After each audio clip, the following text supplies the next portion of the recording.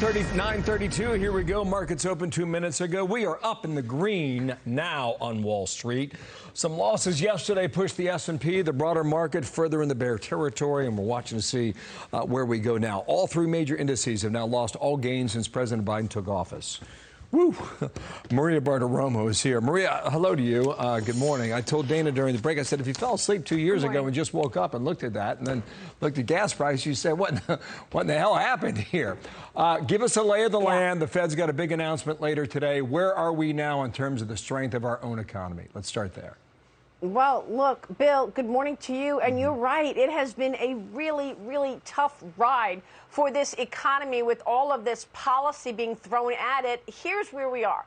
The Federal Reserve is ending a two-day meeting today at 2:15 p.m. Eastern Time. We will find out how high the Fed will go in terms of raising interest rates. We were expecting a hike of a half a point, 50 basis points, but just since that last inflationary report a week ago, expectations have surged to now include the possibility of a 75 basis point hike by the Federal Reserve. It looks like markets are rallying because they think that the Fed will be aggressive here.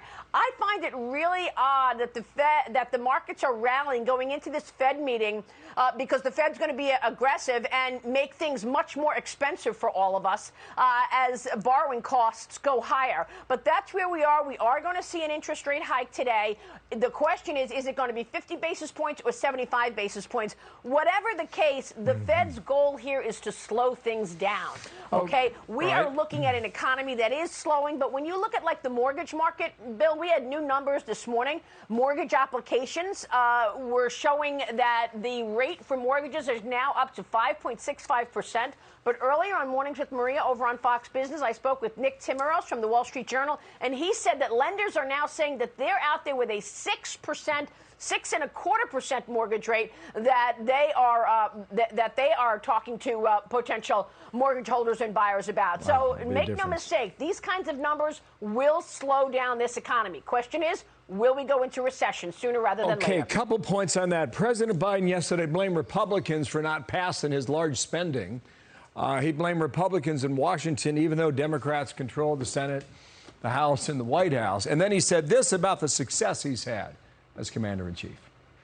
Under my plan for the economy, we made extraordinary progress.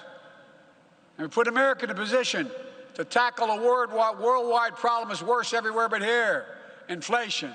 That was the comment. Here are the numbers right now. The U.S., we have 8.6%. Germany at 7.9%. India at 7%. Italy just a tick below 7% on down the line. That statement doesn't appear to even be factual, Maria.